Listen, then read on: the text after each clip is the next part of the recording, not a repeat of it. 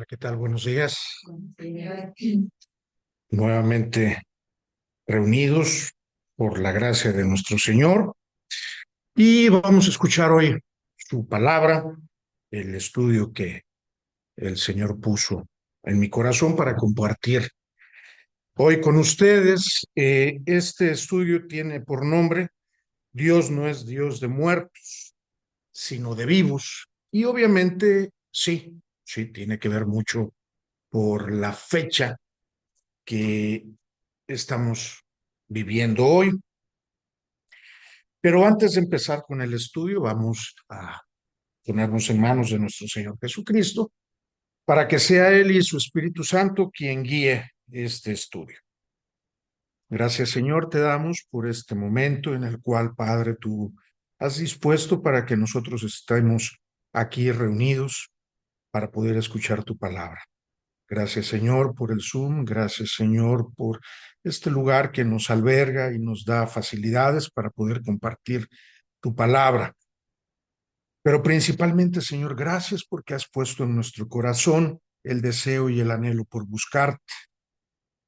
Gracias porque tú te atravesaste en nuestras vidas, Padre, y estás tocando nuestro corazón a fin de que abramos nosotros la puerta y tú entres para que podamos cenar contigo y tú con nosotros. Gracias por tu perdón, tu misericordia, pero sobre todo, Señor, gracias por tu sacrificio y por tu salvación. Te pedimos, Señor, por la vida de Arturo, de sus familiares, a fin, Padre, de que todas las cosas salgan conforme a tu voluntad. Y gracias también, Señor, porque tú siempre provees nuestros hogares y nos mantienes siempre con nuestras necesidades cubiertas. Te pedimos, Señor, para que también nuestras necesidades espirituales sean satisfechas, a fin de que no nos desviemos ni a la izquierda ni a la derecha y permanezcamos siempre conforme a tu palabra, conforme a tu voluntad y para tu gloria. Te lo pedimos en el nombre precioso de tu Hijo Jesús. Amén. Bien, pues vamos a empezar nuestro estudio leyendo el Evangelio de Marcos, el capítulo 12, versículos 26 y 27. Marcos 12, 26 y 27. Si me hacen favor de decirme cuando ya lo tengan. Adelante, por favor.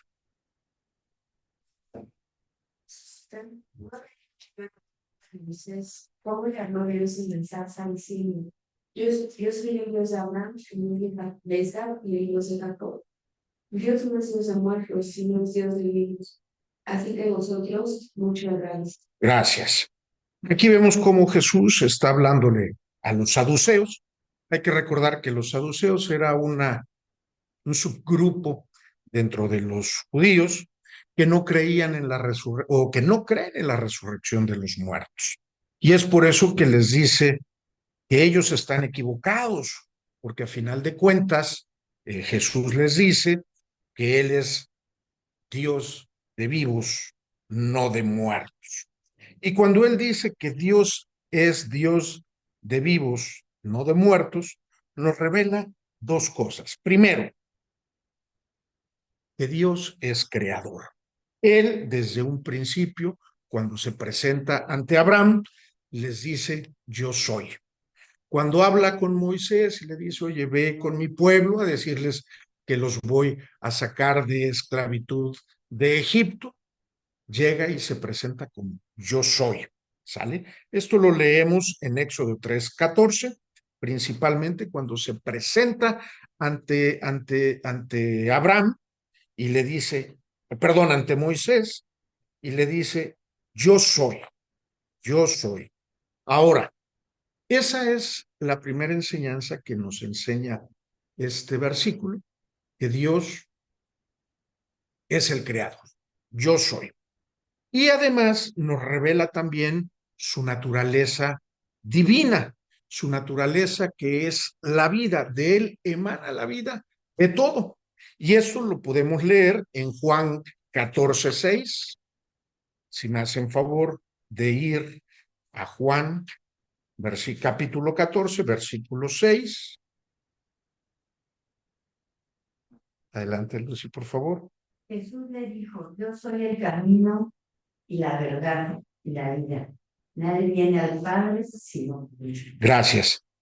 Jesús obviamente cuando dice yo soy, se está manifestando como la segunda persona de la Trinidad, en donde en Él se crean las cosas y en Él está la vida, amarrándolo, concatenándolo con Juan 14:6.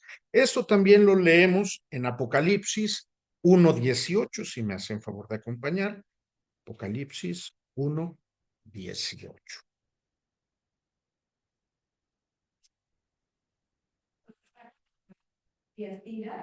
Este, 1:18. Ajá. Y es parte de la iglesia en Tiatira, el Hijo de Dios, el que tiene ojo como llama.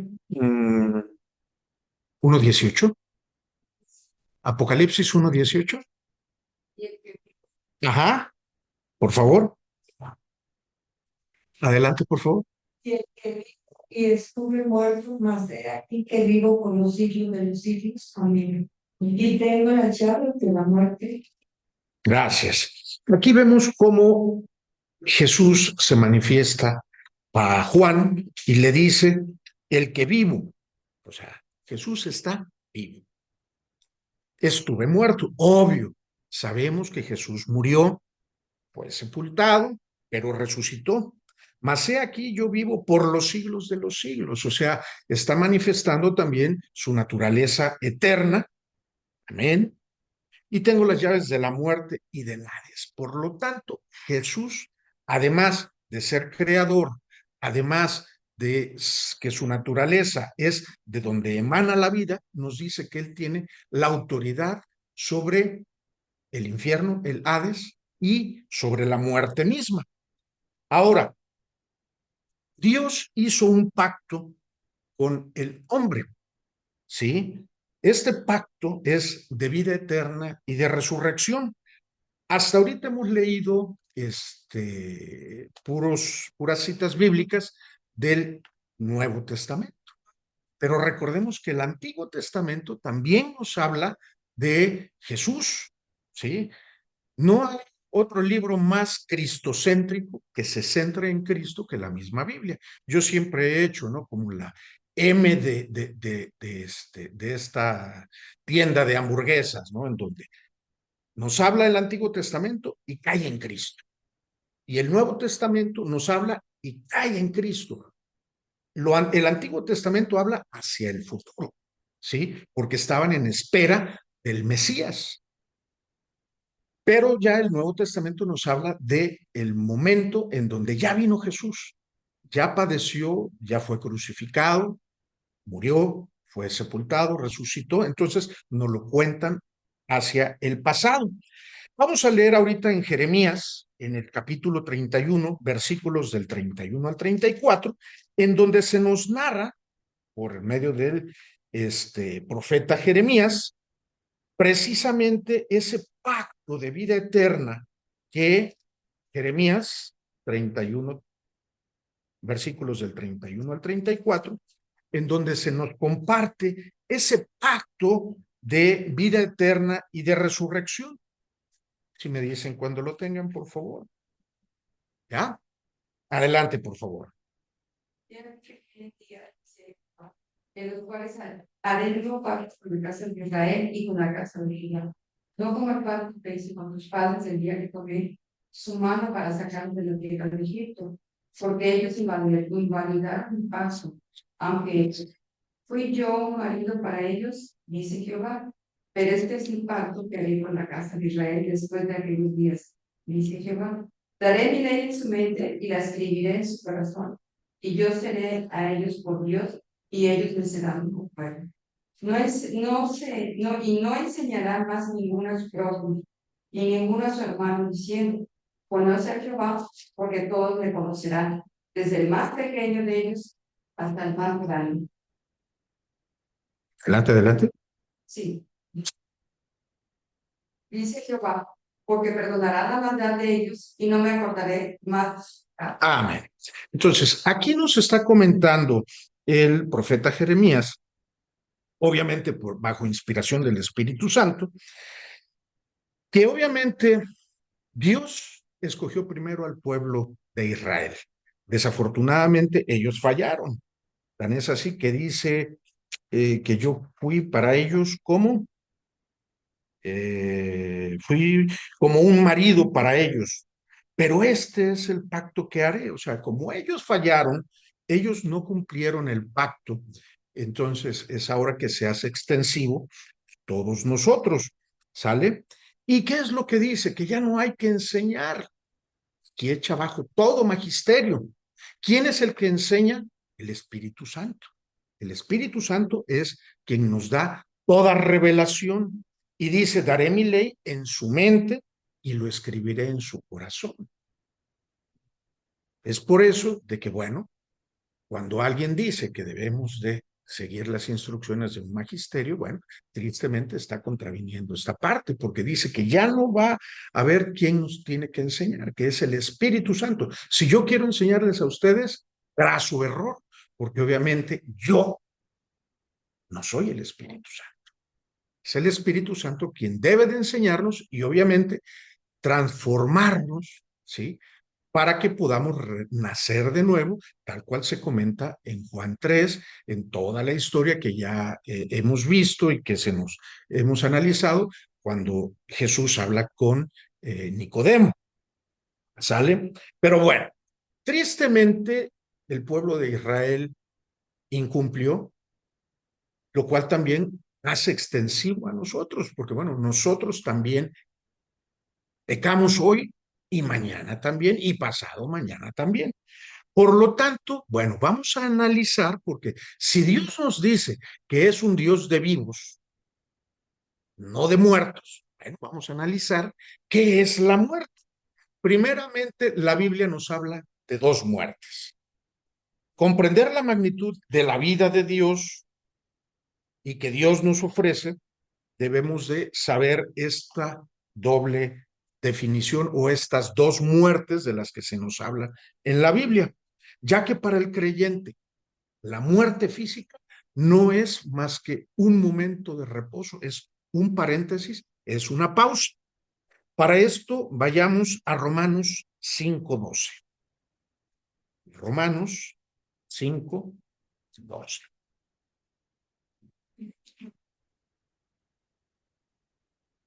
Adelante. Adán y Cristo. Por tanto, como el pecado entró en el mundo por un hombre y por el pecado la muerte, así la muerte pasó a todos los hombres por cuanto todos pecaron. Gracias. Aquí se nos está compartiendo lo que es la primera muerte, que es la muerte física y que no es otra cosa más que el resultado inevitable de la caída de Adán y Eva, ¿sí?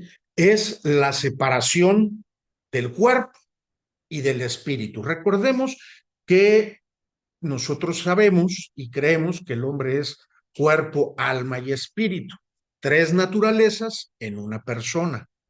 Ahora, por el pecado del hombre es de que viene la primera muerte, que es la muerte física, que no es otra cosa más que el resultado de la caída de Adán y Eva, la caída de pecado.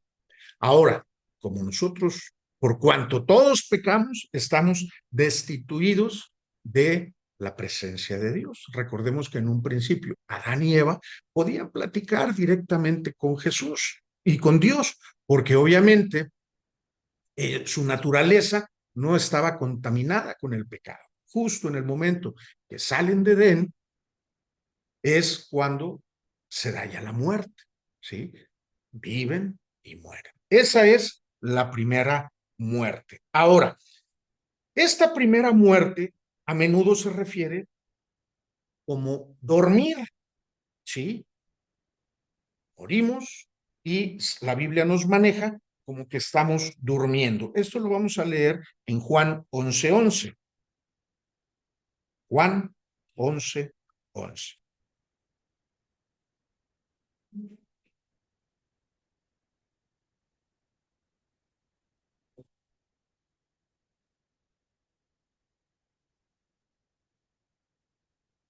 Adelante. Después, nuestro amigo Lázaro duerme, mas voy para despertarlo. Ok, ¿qué es lo que pasó? Aquí ya le comunicaron a Jesús que Lázaro ha muerto. ¿Y qué es lo que dice? A ver, un momento, yo voy para despertarle. Entonces, muchas ocasiones se maneja la muerte como que estamos dormidos, ¿sí? Y es precisamente la separación del cuerpo con el alma y el espíritu. ¿Sale? Ahora, si la primera muerte es la separación del cuerpo y el espíritu junto con el alma, la segunda muerte es la tragedia final, es la separación eterna y definitiva. ¿De qué? ¿Del alma con el cuerpo? No, es la separación definitiva de Dios. ¿Sale? El apóstol Juan nos comenta esto de la segunda muerte en el libro del Apocalipsis, capítulo 21, versículo 8. Si me hacen favor de acompañar, 21, 8.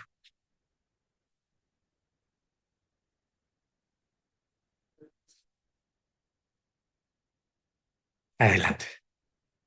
Los cobardes e incrédulos, los abominables y homicidas, los fornicarios y hechiceros, los idólatras, y todos los mentirosos tendrán su parte en el lago verde con fuego azufre, que es la muerte segunda. Gracias. Ya después del juicio, todas estas bonitas personas de las cuales podríamos decir que nosotros éramos, indudablemente caemos en alguna de estas clasificaciones. Cobardes, incrédulos, abominables, homicidas, fornicarios, hechiceros, idólatras y todos los mentirosos. ¿Quién de nosotros no ha dicho una mentira?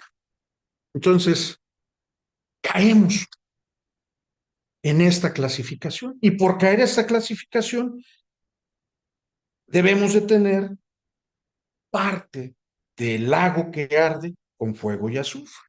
Y esta es la segunda muerte, después del juicio.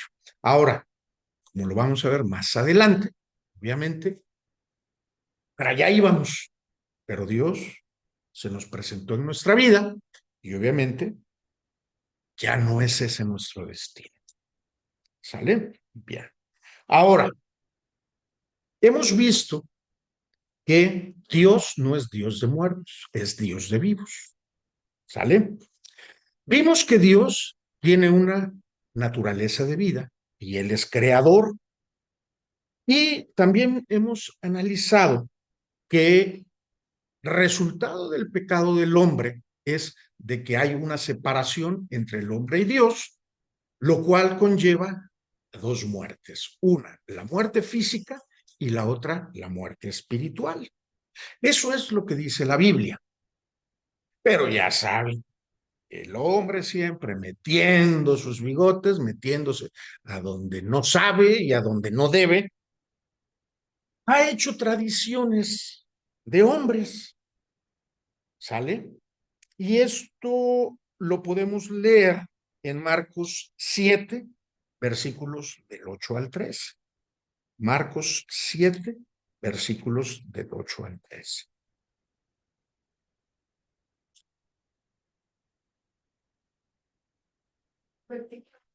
Versículos del 8 al 13. Marcos 7, perdón. Marcos 7, del 8 al 13. Porque de Dios os aferráis a la tradición de los lavamientos de los jarros y de los vasos de beber, y hacéis otras muchas cosas semejantes. Les decía también, bien invalidáis el mandamiento de Dios para guardar vuestra tradición, porque Moisés dijo, honra a tu padre y a tu madre, y el que maldiga al padre o a la madre muera irremisiblemente. Pero vosotros decís, basta que diga un nombre al padre o a la madre. Es Corbán, que quiere decir me ofrenda a Dios todo aquello con que pudiera ayudarte. Adelante, adelante, hasta el 13. Por su padre o su madre, invalidando a Dios con vuestra tradición que habéis transmitido, y muchas cosas hacéis semejantes a esto. Gracias. Aquí Jesús les está señalando a fariseos y algunos escribas con los que estaba hablando, en donde obviamente ellos se apartaron de la enseñanza real, ¿sí? En este caso de los profetas y ahora aquí de nuestro Señor Jesucristo, tomando tradiciones que contravienen, que se contraponen con estas enseñanzas que ahora nosotros las tenemos manifiestas en la Biblia. Estas tradiciones humanas culturalmente se han arraigado y no podemos negar que pues, son bonitas, llenas de mucho colorido, pero desvían nuestra atención del Dios viviente, del Dios verdadero, del Dios que resucitó, venciendo incluso a la muerte misma. Y nos centramos en qué? En el temor a los muertos, en la veneración de reliquias, en muchas otras cosas. Esto lo vemos, por ejemplo, que el 31 de octubre se celebra el famoso Halloween, que es una fiesta que tiene sus inicios desde hace más de 2000 años. Sí, es una realidad, es muy vieja. Es más, se festeja a partir del primer siglo antes de Cristo, un tiempo en donde se creía que el 31 de octubre era un día en donde el velo que separa el mundo físico del mundo espiritual se volvía un poquito más delgado y por lo tanto los muertos podían venir a la tierra y andar vagando, ¿sí? Todo esto estaba enmarcado, obviamente, por el miedo, por lo oculto, por la muerte, ¿sí? Obviamente, con el paso del tiempo, se ha ido sincretizando y su esencia, ahora en el Halloween, se centra en honrar o temer a la muerte y a los espíritus, distrayendo de la victoria total de Cristo que tuvo sobre la muerte misma. En Primera de Corintios 15 podemos leer, ¿no? Que mismo el apóstol Pablo dice, ¿a dónde está, oh muerte, tu sepulcro? Es más, vamos, para que no la cite. Primera de Corintios 15. Primera de Corintios 15. Déjenme ver dónde está el, el, el versículo. Ahorita se los comparto. 55. Correcto. Gracias, Liz. Pues hazme favor de leer. ¿Dónde está, oh sepulcro, tu victoria? Gracias. Aquí leemos, ¿no? Que Pablo mismo está diciendo que la muerte no tiene victoria, no tiene manera de atacarnos, no tiene manera de vencernos, ¿sale? Insisto, esto ha sufrido mucho sincretismo y además Hollywood ha metido mucho la mano en esto y lo ha hecho parecer algo pues, bonito, que los niños se vistan de demonios, se vistan de brujas, de muertos, de momias, ¿sí? De zombies, pero yo quiero compartirles 4 cosas. Hay muchas más, pero 4 cosas por las cuales no debemos festejar el Halloween. Primeramente, Halloween tiene fundamentos ocultistas. ¿Qué es el ocultismo? Pues obviamente tratar de hablar con los muertos. En un principio, los druidas, que eran los sacerdotes celtas que vivían en aquellos tiempos en que empezó a manejarse, en aquel entonces era una fiesta celta, ¿sí? Que se conocía como Samaín. Ellos prendían veladoras para tratar de hacer caminos para que las almas que venían del inframundo, del más allá, pudiesen llegar y caminar hacia acá el 31 de octubre, que era cuando, recordemos, el velo de estos dos mundos, del inframundo y nuestro mundo físico, estaba más delgado y que podían pasar, ¿sí? Hacían rituales para comunicarse con los espíritus, ¿sí? Y con los demonios. Pero la Biblia obviamente señala que esto no debemos de hacer. Esto lo podemos leer en Deuteronomio 18, Deuteronomio 18, versículos del 10 al 12. Adelante, por favor. No quiera yo de quien haga cada tu hijo o aflija por el fuego, ni quien practique adivinación, ni agorero, ni sortilegio, ni hechicero, ni encantador, ni adivino, ni mago, ni quien consulte a los muertos, porque es abominación para con Jehová cualquiera que hace estas cosas, y por estas cosas Jehová tu Dios echa estas naciones de delante de ti. Gracias.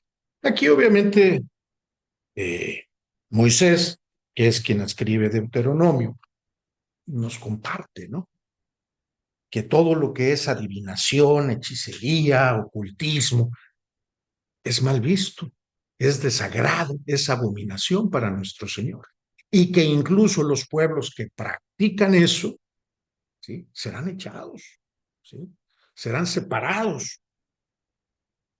Entonces, primer objetivo, perdón, primer punto por el cual no debemos de festejar Halloween es sus antecedentes ocultistas. Segundo, porque glorifica lo que Dios aborrece. Para esto, pues simplemente vamos a analizar los símbolos que promueve el Halloween. Símbolos que se centran en muerte, en ocultismo, calabazas, muertos, zombies, calaveras, brujos, demonios, vampiros. Vayamos a Efesios, el capítulo 5, Efesios 5.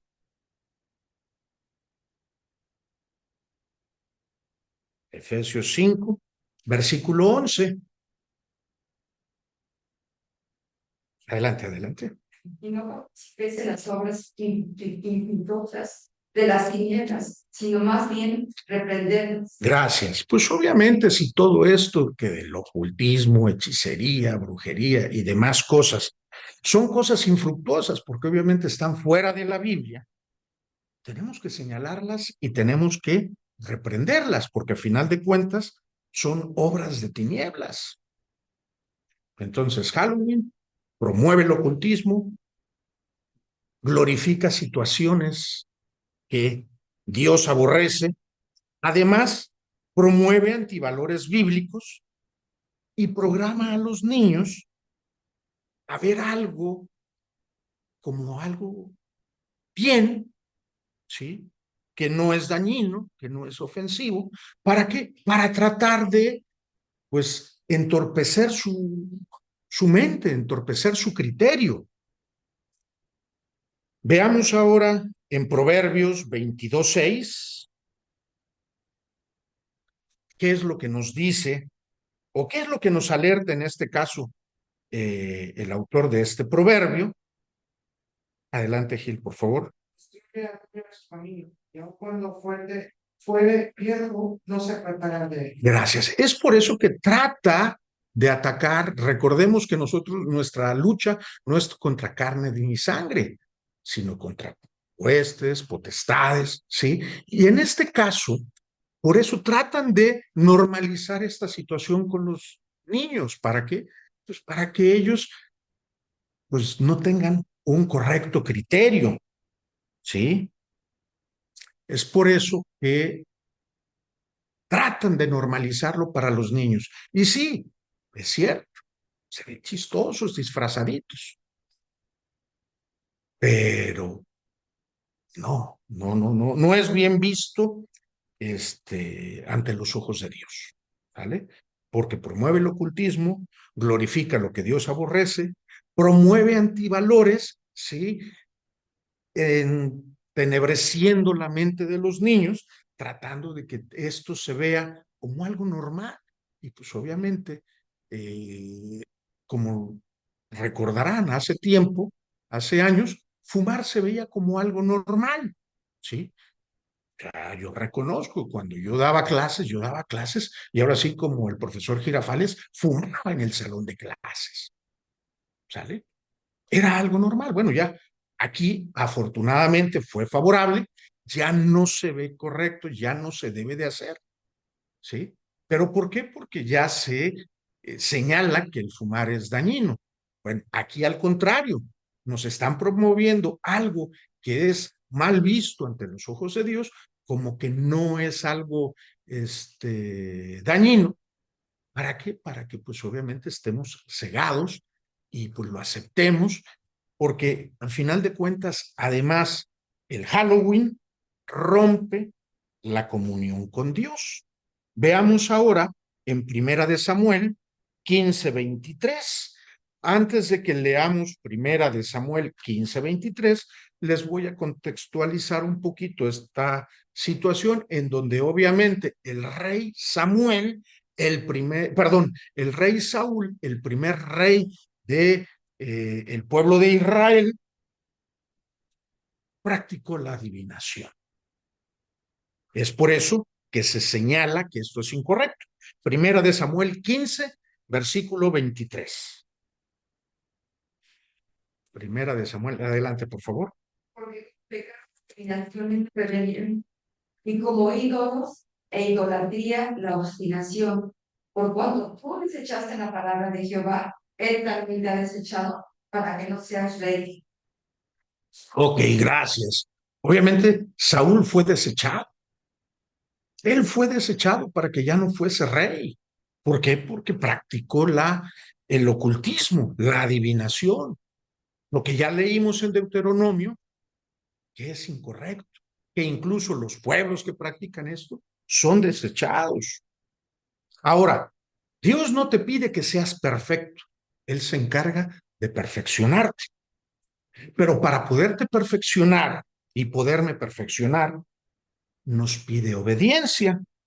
Vayamos ahora a Primera de Juan,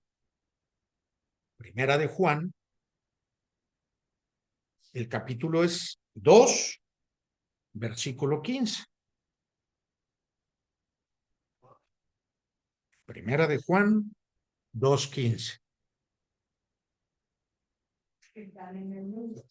Si alguno ama al mundo, el amor de Cristo no está en él. Gracias.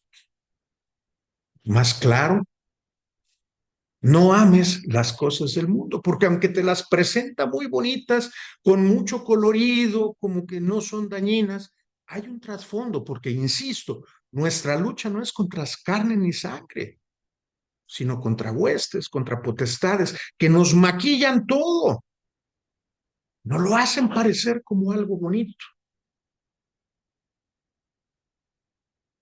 Bueno, esto es el Halloween. Ah, no, eso es en Estados Unidos y algunas personas aquí en México, pero son los menos. Nosotros también tenemos cola que nos pisen porque tenemos la celebración del Día de Todos los Santos o el Día de los Muertos. Ahora, es una realidad, es una fiesta prehispánica, punto de inicio. Desde allí ya está mal, porque es prehispánico. En ese entonces, nuestros ancestros eran paganos, no conocían, no conocían de Dios, ¿sí? Por lo tanto, tenían un culto a la muerte. Esto era fundamental principalmente para las culturas mexicas, mixtecas, zapotecas, y se celebraba en mayo, ¿sale?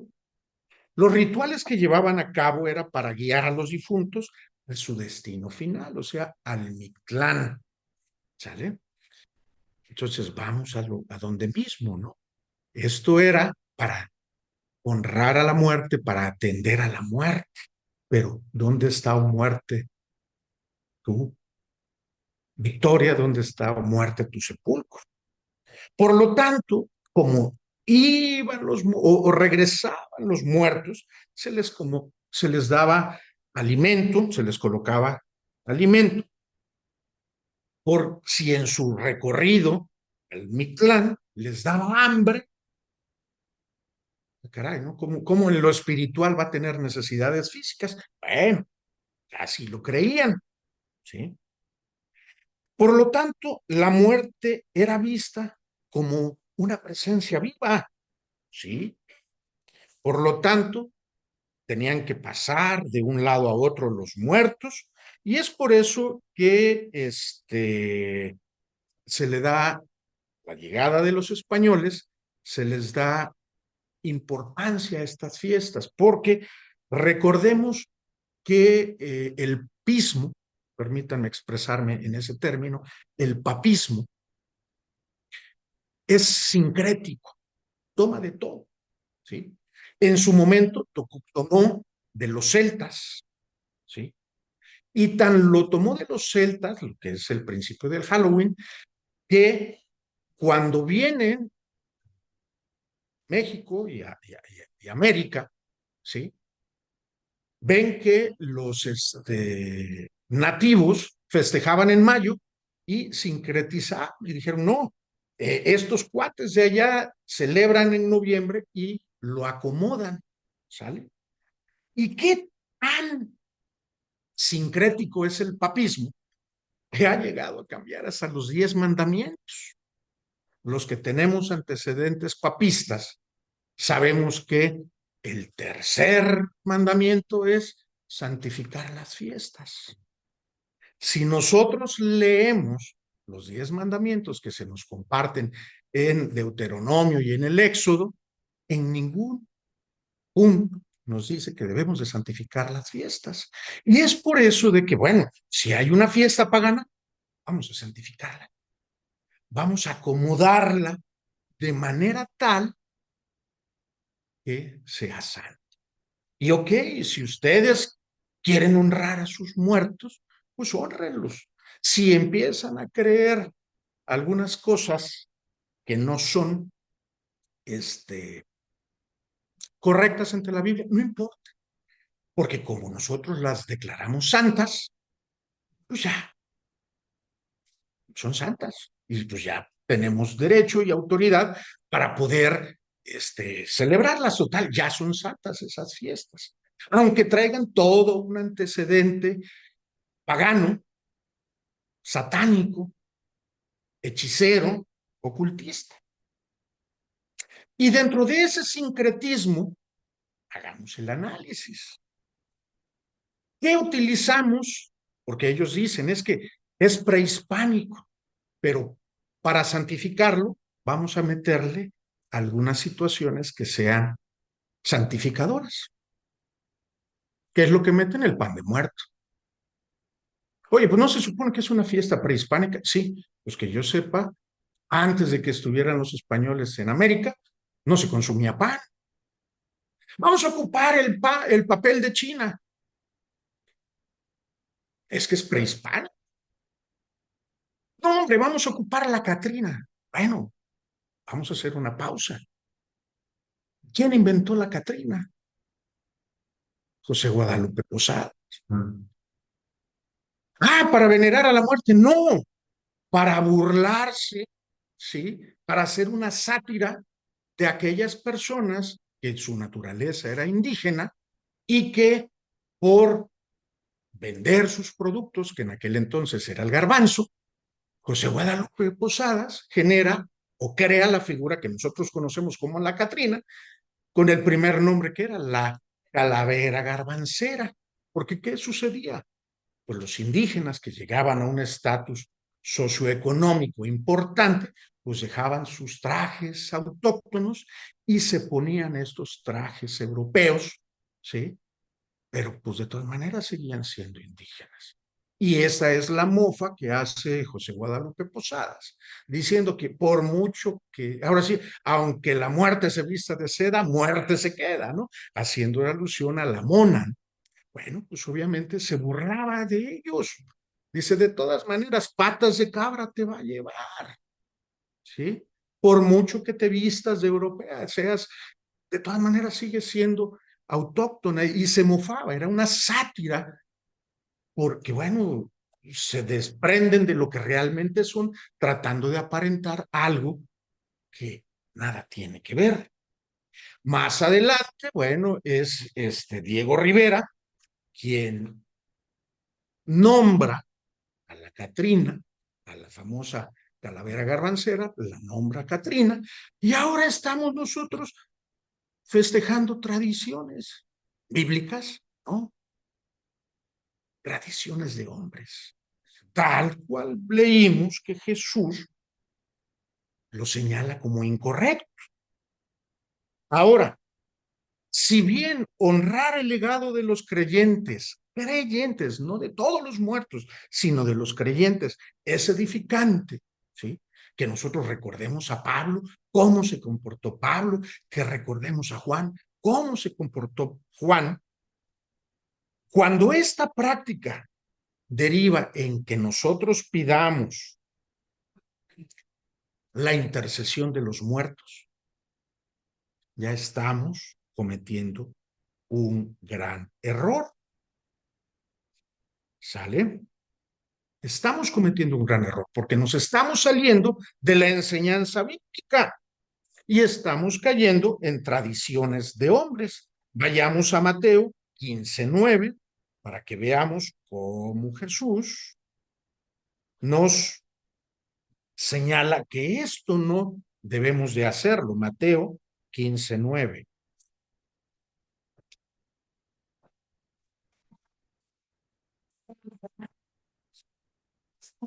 Uh-huh.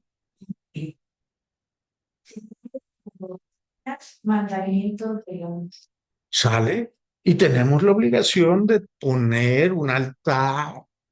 No se ponen de acuerdo de cuántos niveles tiene que ser el altar, si de 3, es que es un altar prehispánico, o de 7, ese es un altar papista, y debemos de poner tal y cual cosa. No se ponen de acuerdo porque como hay tanto sincretismo entre los celtas, entre los aztecas, entre todo lo que ha habido, no se ponen de acuerdo. Tan es así de que si vamos a algún lugar, el altar es de una forma, si vamos a otro lugar, es de otra forma. Tradiciones de hombres, tradiciones de hombres. Ahora, buscamos la intercesión de los muertos. Vayamos a Primera de Timoteo 2:5, a ver qué es lo que nos enseña el apóstol Pablo. Porque Dios es un mediador entre Dios y los hombres, Jesucristo hombre. Gracias. ¿Quién debe de interceder por nosotros? Jesucristo. Esa es la verdadera enseñanza. No los muertos, por muy buenos que hayan sido. Vamos a leer más adelante qué es lo que pasa realmente cuando se da la muerte. Para esto, bueno, ya hemos leído que no podemos pedir la intercesión de los muertos. Ya vimos que son históricamente tradiciones de hombre, que sí son antiguas, sí, más antiguos son los judíos.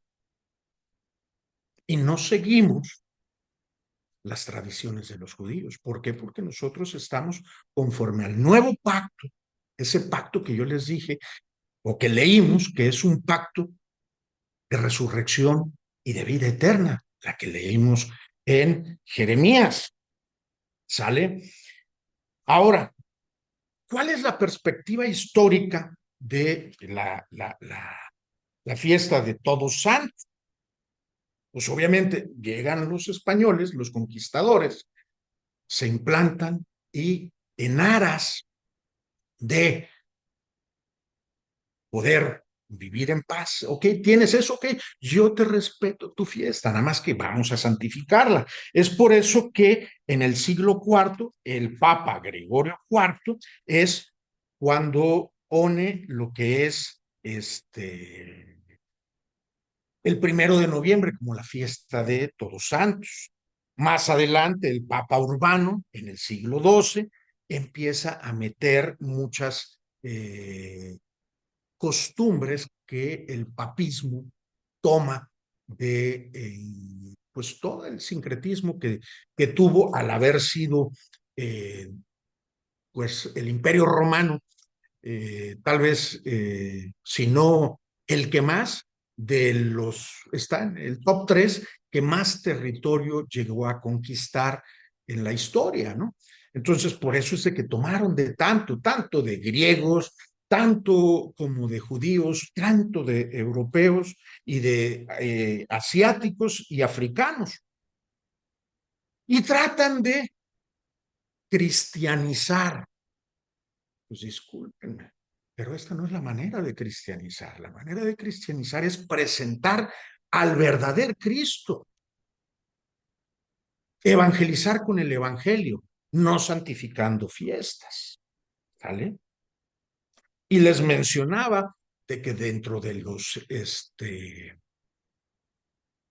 el sincretismo que hizo el papismo, tiene el mandamiento de santificar las fiestas. Y eso lo podemos leer en el catecismo, en el numeral del 2168 al 2195. ¿Sí? Eso está en el catecismo de los papistas. ¿Sale? Bien, ahora, ¿y qué es lo que debemos de conocer? ¿Qué es lo que debemos de saber?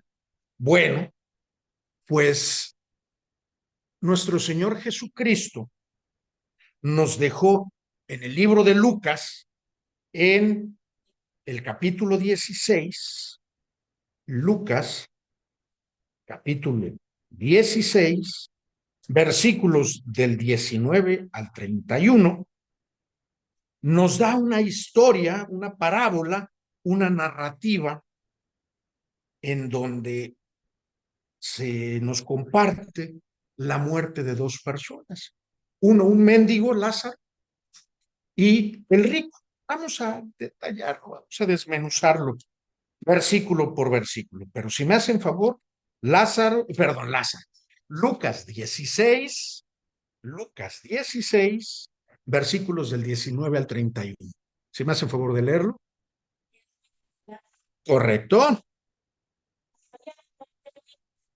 Que se vestía de púrpura y de lino fino, y hacía cada día banquete con los. ¿Sí? Sí, adelante. Vamos a leerlo todo y ya luego lo desmenuzamos. Hasta el 31. Que estaba echado a la puerta de aquel lleno de llagas, y ansiaba saciarse de las migajas que caían de la mesa del rico, y aún los perros venían y le lamían las llagas. Aconteció que murió el mendigo y fue llevado por los espíritus de Abraham, y murió también el rico y fue sepultado. Y en el Hades alzó sus ojos estando en tormentos y vio de lejos a Abraham y a Lázaro. Entonces él, dando voces, dijo: Padre Abraham, ten misericordia de mí y envía a Lázaro para que no me imagine de mí. Y retiró el mundo, porque estoy atormentado en esta llama. Pero Abraham le dijo: Hijo, acuérdate que recibiste tus bienes con tu hija, y Lázaro también malo, pero ahora este es consolado aquí, y tú atormentado. Además de todo esto, una gran cima está puesta entre nosotros y vosotros y entre nosotros y vosotros, de manera que los que quisieran pasar de aquí a vosotros no pueden, ni de allá hasta la tarde. Entonces le dijo: Te ruego pues, Padre, que le envíes a la casa de mi padre, porque tengo 5 hermanos, para que les testifique, a fin que no vengan ellos también sin lugar del tormento. Y Abraham le dijo: A Moisés y a los profetas tienen, oigan. Él entonces dijo: No, padre Abraham, pero si alguno fuere a ellos de entre los muertos, se arrepentirán. Mas Abraham le dijo: Si no oyen a Moisés y a los profetas, tampoco se persuadirán, aunque alguno levantare de los muertos, que levantare de los muertos. Gracias. Vamos a ir analizando, no versículo por versículo, pero sí ideas generales.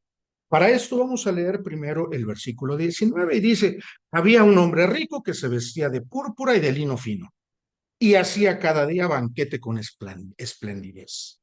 Este cuate era judío. Salvo. No, momento. Momento. Los judíos no son salvos por ser judíos.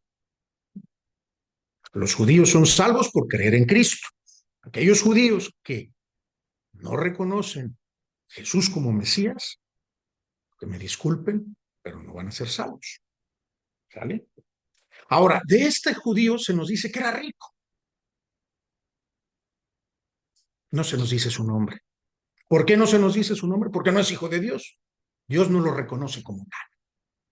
Porque Dios conoce a sus ovejas y las conoce por su nombre. Por eso es de que se refiere al rico como el rico. Pero el rico hacía buenas obras, no, hombre, hacía unos banquetazos riquísimos, se vestía de púrpura, de lino, sal. No, porque no es por obras, es por fe.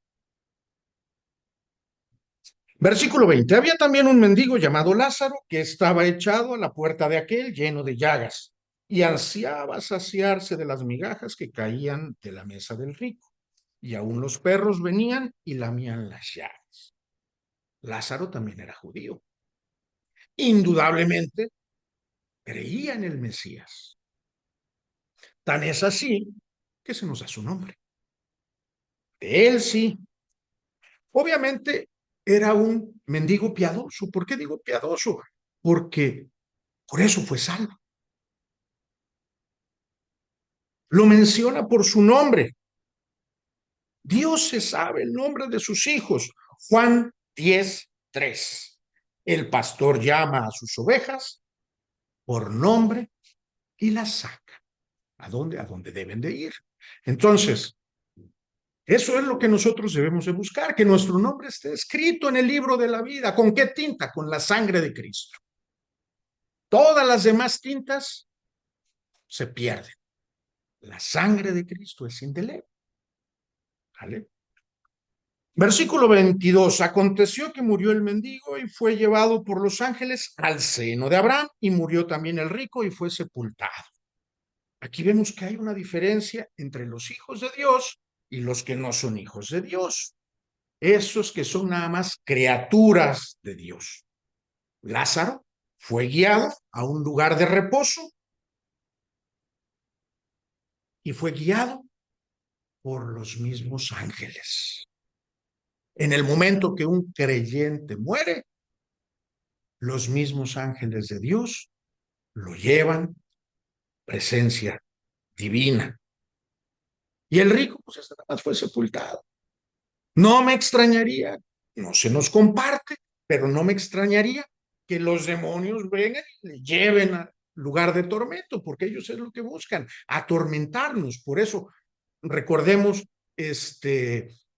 la historia de el endemoniado gadareno, era atormentado, porque si algo saben hacer los demonios es atormentar. ¿Sale? Se nos pone que en aquel entonces, antes de Cristo, había un solo lugar dividido por una cima. Por un lado era el seno de Abraham, un lugar de reposo, y por otro lado el Hades en griego. Recordemos que el Nuevo Testamento fue escrito en griego, o el Seol, siempre en el Antiguo Testamento, que fue escrito en hebreo y en arameo, se menciona como el Seol, ¿sale? El Hades es en hebreo, perdón, en griego, y Seol es en hebreo, ¿sale? Yo me imagino un salón grande, imagínate, para que quepan todas las almas y los espíritus, por un lado, los que están en reposo, y por otro, los que no están en reposo, ¿vale? Y en el Hades alzó sus ojos, ¿quién? El rico, estando en tormentos, y vio de lejos a Abraham y a Lázaro en su seno. Entonces, aquí es donde vemos, ¿no? Que el Hades o Seol es el nombre que se le da en griego o en hebreo al infierno, mientras que el seno de Abraham es un lugar de reposo. después de Jesús. Esto cambió, sería motivo de otro estudio, pero bueno, vamos a dejarlo así. Entonces, él, dando voces, dijo: Padre Abraham, ten misericordia de mí y envía a Lázaro para que moje la punta de su dedo en agua y refresque mi lengua, porque estoy atormentado en esta llama. Imagínense qué tan grande es el tormento que con el simple hecho de mojar el dedo y tocar la punta él ya siente alivio. Con qué tan poquito, qué tan grande es el tormento que algo tan pequeño puede saciar un malestar, ¿sí? Versículo 25. Pero Abraham le dijo: hijo, acuérdate que tú recibiste tus bienes en tu vida y Lázaro también males.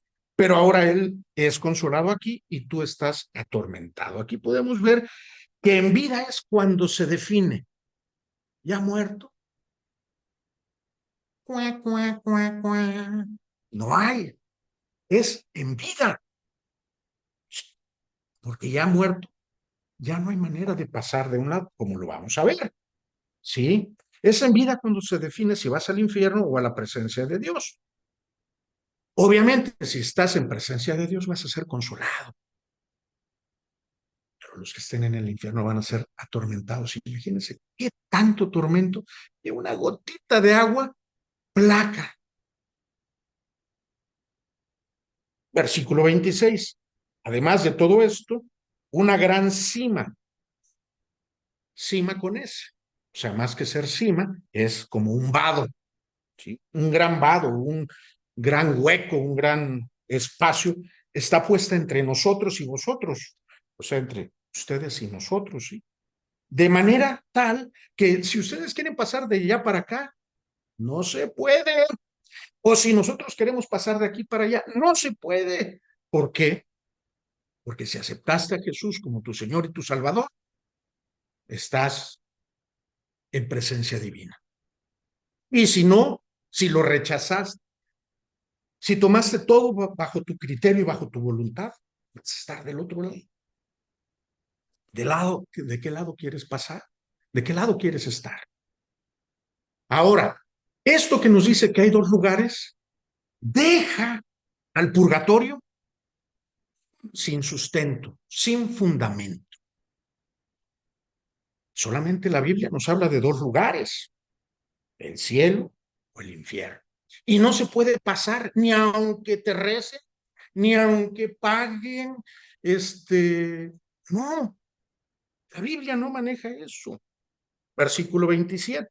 Entonces le digo: te ruego pues, Padre, que le envíes a la casa de mi padre, a quien, a Lázaro, porque tengo 5 hermanos, para que les testifique, a fin de que no vengan ellos también a este lugar de tormento. Aquí está, sí, la intercesión de los muertos. El rico es un muerto y está intercediendo por sus hermanos. Hoy tengo 5 hermanos y al igual que yo están haciendo todo mal. Son judíos, no han glorificado a Jesús y vienen derechito a donde yo estoy. Anda por favor a Lázaro. La intercesión de los muertos es ineficaz. Porque en el versículo 19 dice: y Abraham le dijo: a Moisés y a los profetas tienen, óiganlos. ¿A qué se refiere aquí con a Moisés y a los profetas tienen? A la Biblia. ¿Qué es Moisés? La Torá, el Pentateuco. Y a los profetas, pues todos los demás libros. Son los libros de los profetas, ¿no? Que lean la Biblia. Pero ¿qué dice el papismo? No, que te hagan tradiciones. ¿Sí? Que paguen misas. No.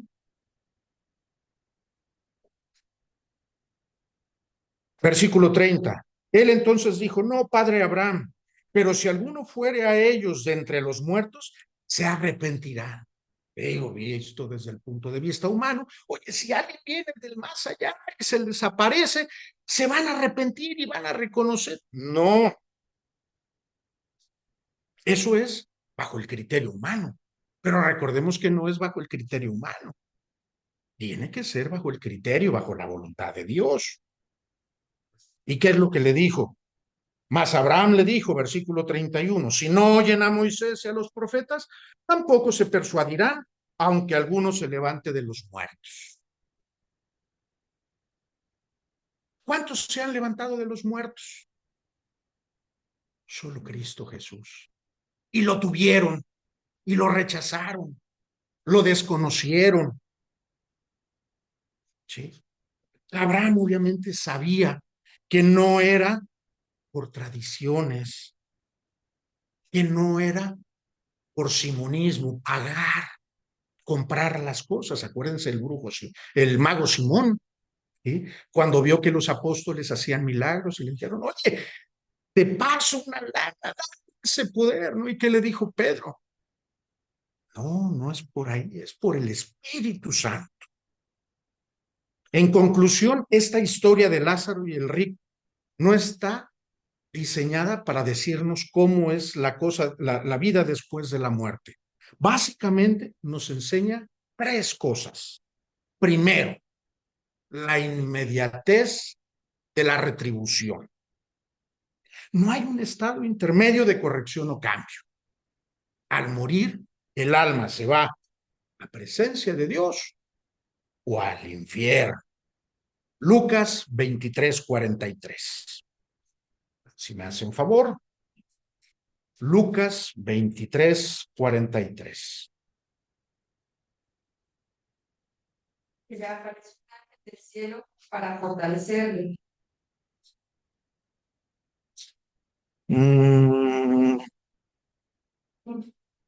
Realmente. Entonces Jesús le dijo, de cierto te digo, que hoy estarás conmigo en el paraíso. Gracias. ¿Qué está pasando aquí? Está Jesús crucificado y a sus ambos lados dos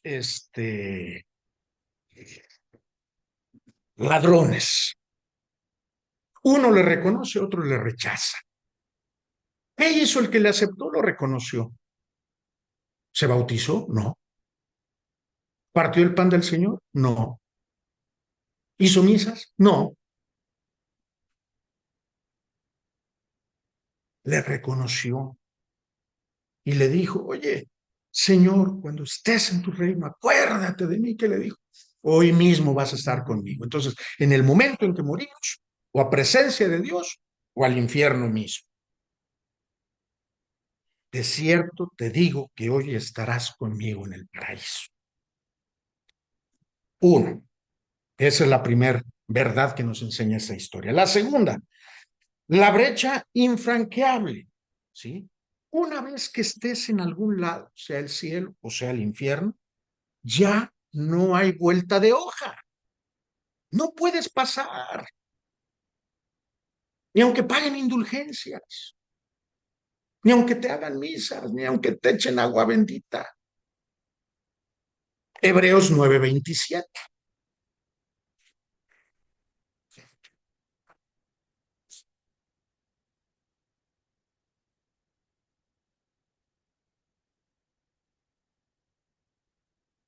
Adelante, por favor. Sí. De la manera que está establecido para los hombres que mueran una sola vez y que de esto el juicio. Gracias. Está escrito, está establecido que moramos una sola vez y después el juicio, en donde te va para el otro. No hay un punto intermedio. La suficiencia de la escritura es el tercer punto. El rico pide que Lázaro regrese de los muertos y advierta a sus hermanos, trata de interceder. Y Abraham, que le dice, ahí tienen a Moisés y a los profetas, ahí tienen la escritura. Nosotros somos una generación por demás beneficiada, porque nosotros ya tenemos aquí a Moisés y a los profetas y además a los apóstoles, ¿sí? Tenemos que obedecer la palabra de Dios. La palabra de Dios es más que suficiente. Ahora, Dios desde un principio sabía que el hombre iba a pecar y sabía que el hombre iba a fallar hoy sí y mañana también. Por lo tanto, desde un principio estableció un plan de salvación. Él mismo nos ha provisto de un plan de salvación porque conoce que nuestra condición humana no nos va a permitir ser salvos por nuestros propios medios. Esto está en Romanos 3:23, en donde Romanos 3:23 leemos.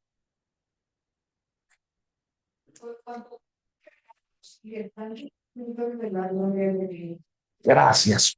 O si todos somos todos, por muy bueno que seas, pecas. ¿Sí? Por cuanto todos pecaron, todos pecamos, estamos destituidos. Pero Dios mismo, en Romanos 6:23, capítulos más adelante, 6:23, sabía que el pecado requería una paga. ¿Cuál es esa paga? Así es. Cada Dios es vida eterna en Cristo Jesús, Señor nuestro. Ahí está. Nosotros por ser pecadores, destituidos, muertos, de la primera y de la segunda. Pero Dios nos da una dádiva. ¿Qué es una dádiva? Un regalo.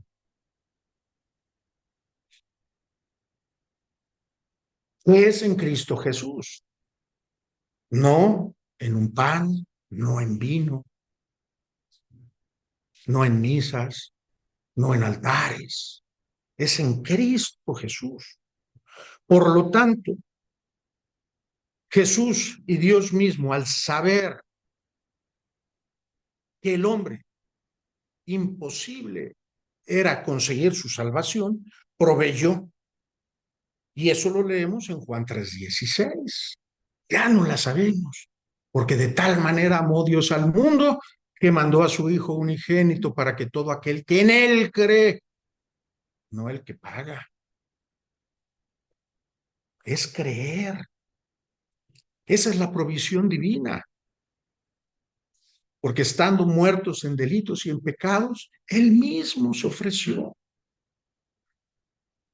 Entonces, el plan de la salvación es de que la condición humana es imposible que consigamos. Dos, que Jesús es provisto, ¿sí?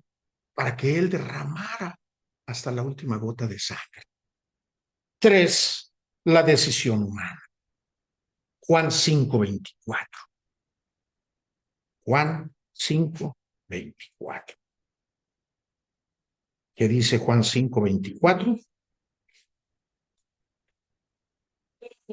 Palabra, y cree al que lo envió, tiene vida eterna, y no vendrá a condenación, mas ha pasado de muerte a vida. Amén.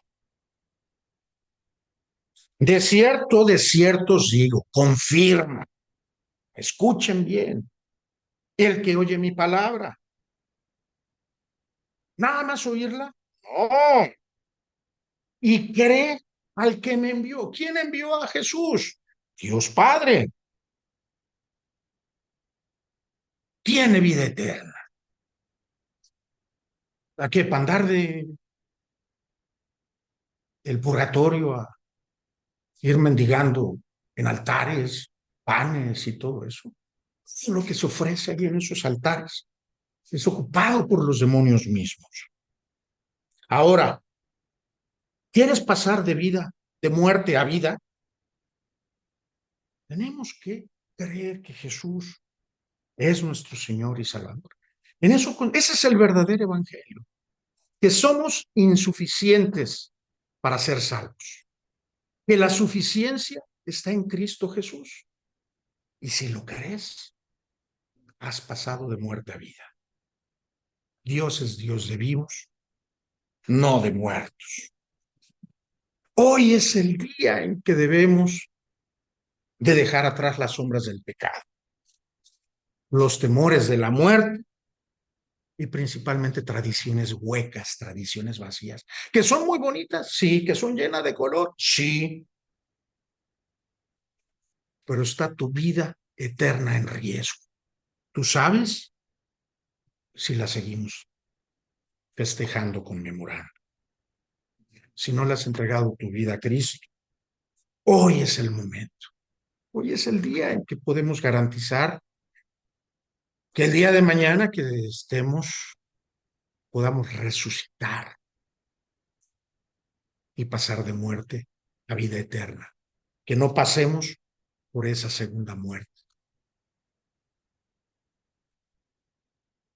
Así de claro. Así de sencillo. Porque nuestro Dios es un Dios sencillo.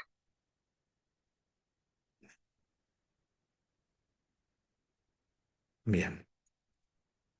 Pues vamos a terminar dándole gracias a Dios. Gracias, Señor, porque tú tienes control de todo. Tú eres el Señor creador de todo. Gracias, Señor, porque desde un principio tú ya tenías un plan para la salvación.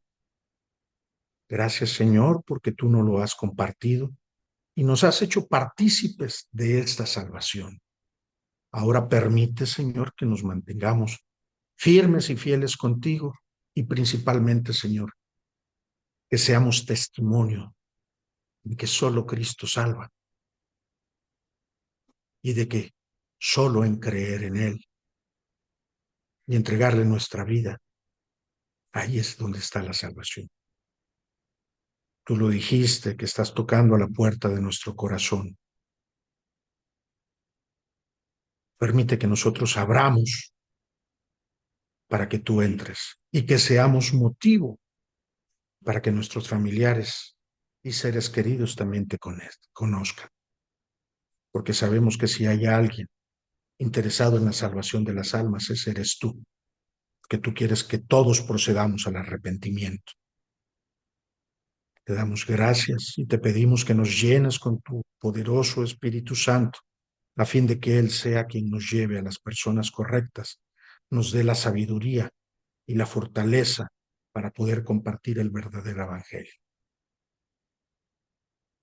Todo esto te lo pedimos, Señor, dándote gracias en el nombre precioso de tu Hijo Jesús.